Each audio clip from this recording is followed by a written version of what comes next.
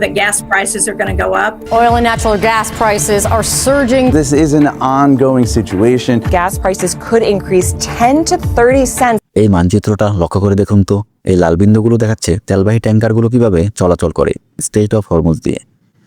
পৃথিবীর সবচেয়ে গুরুত্বপূর্ণ জ্বালানি রুটগুলোর এটি একটি।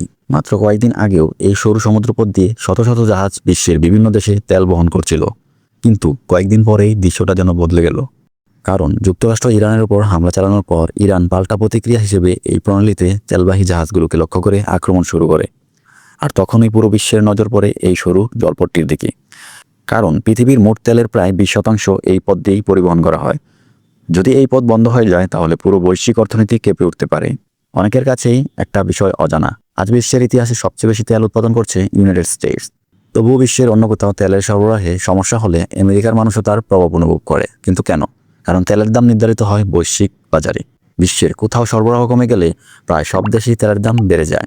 এটাকে অনেকটা একটি রোলার কোস্টারের মতো বলা যায়। বাজার যখন ওঠানামা করে তখন সবাই সেই প্রভাব অনুভব করে। বিশ্বের তেলের দাম নির্ধারণ করা হয় কিছু বেঞ্চমার্ক ক্রুড অয়েল দিয়ে। এর মধ্যে সবচেয়ে গুরুত্বপূর্ণ হলো ব্রেন্ট ক্রুড, ওয়েস্ট টেক্সাস ইন্টারমিডিয়েট এবং দুবাই ক্রুড।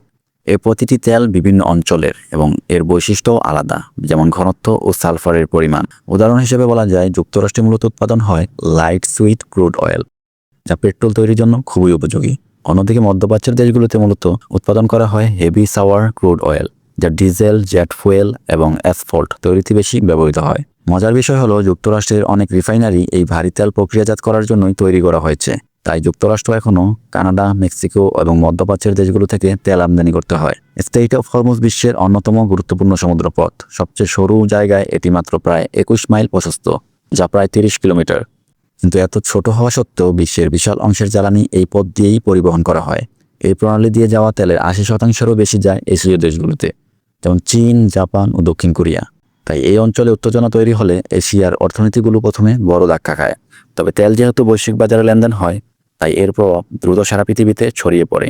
এই প্রথম নয় যে এই প্রণালীকে কেন্দ্র করে সংঘাত তৈরি হয়েছে। 1980-এর দশকে ট্যাঙ্কার ওয়ার চলাকালে ইরান, ইরাক উভয়ই পারস্য উপসাগরে তেলবাহী জাহাজে হামলা চালিয়েছিল। তবু তেলের প্রবাহ পুরোপুরি বন্ধ হয়নি, কারণ তখন যুক্তরাষ্ট্রের নৌবাহিনী অনেক জাহাজকে নিরাপত্তা দিয়ে প্রণালী পার করেছিল। কিন্তু 1979 সালের পরিস্থিতি ছিল ভিন্ন। ইরানিয়ান রেভলিউশনের পর ইরান ইরাক ওয়ার শুরু হলে তেলের অবকাঠামো ব্যাপকভাবে ক্ষতিগ্রস্ত হয়, ফলে বিশ্ববাজারে তেলের সরবরাহ হঠাৎ করে কমে যায়। এর ফলে যুক্তরাষ্ট্রের পেট্রোলের দাম 2 গুণেরও বেশি বেড়ে যায়। সেই সময় মানুষকে গ্যাস স্টেশনে দীর্ঘ লাইনে দাঁড়িয়ে থাকতে দেখা যায়।